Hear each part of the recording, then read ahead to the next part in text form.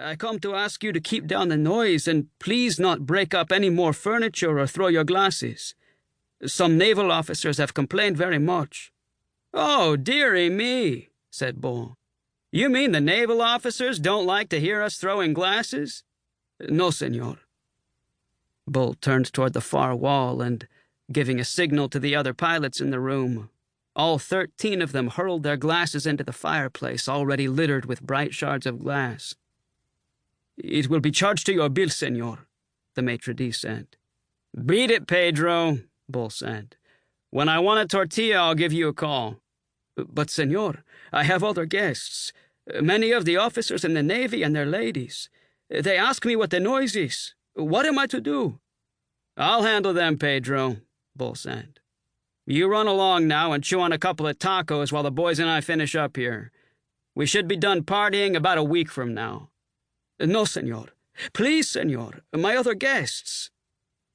When the maitre d' closed the door behind him, Bull walked over and made himself another drink. The other pilots crowded around him and did likewise. With a strong Texas accent, Major Sammy Funderburk said, "I did a little recon job early this here morning here, and I saw me some strange and willing nookie walking around the lobby of this here hotel here." "You know me better than that," Bull said. "I'm saving my body for my wife." "Since when, Colonel?" one of the young lieutenants shouted over the laughter. "Since very early this morning," Bull replied. "This here squadron here is the toughest bunch of Marine aviators ever assembled on this here God's green earth here," Sammy bellowed. "Hear ye, hear ye," the others agreed. "I'd like to offer a toast," Bull shouted above the din, and the room quieted. "I'd like to toast the greatest Marine fighter pilot that ever shit between two shoes." He lifted his drink high in the air and continued his toast as the other pilots elevated their glasses. "This man has lived without fear, has done things with an airplane that other men have never done, has spit in death's eye 1,000 times, and despite all this has managed to retain his Christ-like humility. Gentlemen, I ask you to lift your glasses and join me in toasting Colonel Bull Meacham." Amid the hisses and jeers that followed this toast, Captain Ronald Bookout whispered to Bull, "Sir, I think we might get into a little trouble if we don't hold it down a little. I just peeked out toward the restaurant, and there are a lot of Navy types in there. I'd hate for you to get in trouble on your last night in Europe." "Captain," Bull said loudly so the other Marines would hear his reply, "there's something you don't understand about the Navy. The Navy expects us to be wild. That's so they can feel superior to us. They think we're something out of the Ice Age, and it is entirely fitting that we maintain this image. They expect us to be primitive, son. And it is a sin, a mortal sin, for a Marine ever to let a goddamn squid think we are related to them in any way.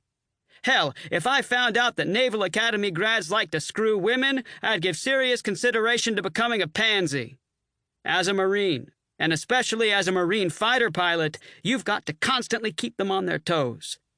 I can see them out there now, mincing around like they've got icicles stuck up their butts. They think the Corps is some kind of anal fungus they gotta put up with. Hell, I'd rather go to war against the Navy than the Russians, Ace Norbit declared. Ace, that's always been one of my dreams, that the Navy and the Marine Corps go to war.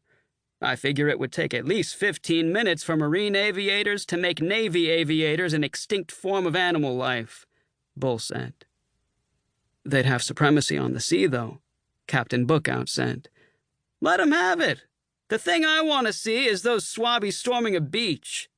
I bet 3 Marines could secure a beach against the whole U.S. Navy. Hell, I could hold off half the Navy with just a slingshot and 6 pissed-off, well-trained oysters on the half-shell. A long whoop and clamor with whistling and foot-stomping arose in the room. It took an extended moment for the room to fall silent when the maitre d' appeared in the doorway, accompanied by an aroused Navy captain.